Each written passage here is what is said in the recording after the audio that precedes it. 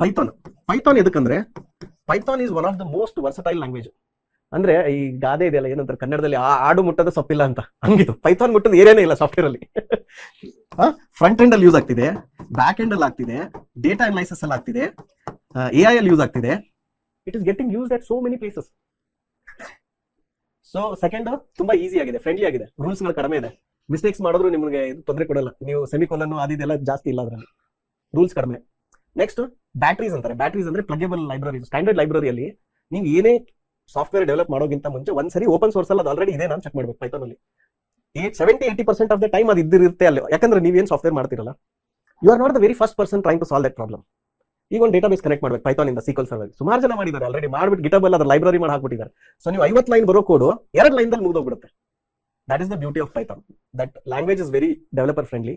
Second, ಅದ್ರದ್ದು community every year on year grow ಆಗ್ತಾನೆ ಇದೆ. ಅಂಡ್ ಮುಂಚೆ 10 ಜನ ಬರೆಯೋ ಸಾಫ್ಟ್ವೇರ್ ಅನ್ನ ಪೈಥಾನ್ ಯೂಸ್ ಮಾಡಿದ್ರೆ ಒಬ್ಬರೇ ಬರೀಬಹುದು ಈಗ 1 ತಿಂಗಳಲ್ಲಿ. ಅಂದ್ರೆ 10 ಜನ 1 ತಿಂಗಳಲ್ಲಿ 10 ತಿಂಗಳು ಆಗ್ತಿತ್ತು ಅನ್ಕೊಳ್ಳಿ, ಆ ಸೇಮ್ ಸಾಫ್ಟ್ವೇರ್ ಅನ್ನ ಈಗ ಒಬ್ಬರೇ 1 ತಿಂಗಳಲ್ಲಿ ಬರೀಬಹುದು. ಬಿಕಾಸ್ ಆಫ್ ದಿಸ್ ಬ್ಯಾಟ್ರೀಸ್ ಅಂತಾರೆ, ಬ್ಯಾಟ್ರೀಸ್ ಅಥವಾ ರಿಯೂಸಬಲ್ ಲೈಬ್ರರೀಸ್ ಅಂತಾರೆ. So that is the beauty of Python. ಆದ್ರೆ ಪೈಥಾನ್ ಡ್ರಾಬ್ಯಾಕ್ ಏನು, ಪೈಥಾನ್ ಸ್ವಲ್ಪ ಸ್ಲೋ ಇದೆ ರನ್ ಆಗೋದು. Back and high and back and system ಅಲ್ಲಿ ಜಾವಾ ಯೂಸ್ ಆಗುತ್ತೆ. ಫಾರ್ ಎಕ್ಸಾಂಪಲ್ ಈಗ ಇದೆಯಲ್ಲ UPI, ಆಧಾರ್, ಅದರದೆಲ್ಲ ಬ್ಯಾಕ್ ಅಂಡ್ ಜಾವಾದಲ್ಲಿ ಇದೆ. ಸುಮಾರು ನಮ್ಮ ಇಂಡಿಯಾದಲ್ಲಿರೋ ಸುಮಾರು ಬ್ಯಾಂಕಿಂಗ್ ಸಾಫ್ಟ್ವೇರ್ ಬ್ಯಾಕ್ ಅಂಡ್ ಜಾವಾದಲ್ಲಿ ಇದೆ, ಆಯ್ತಾ.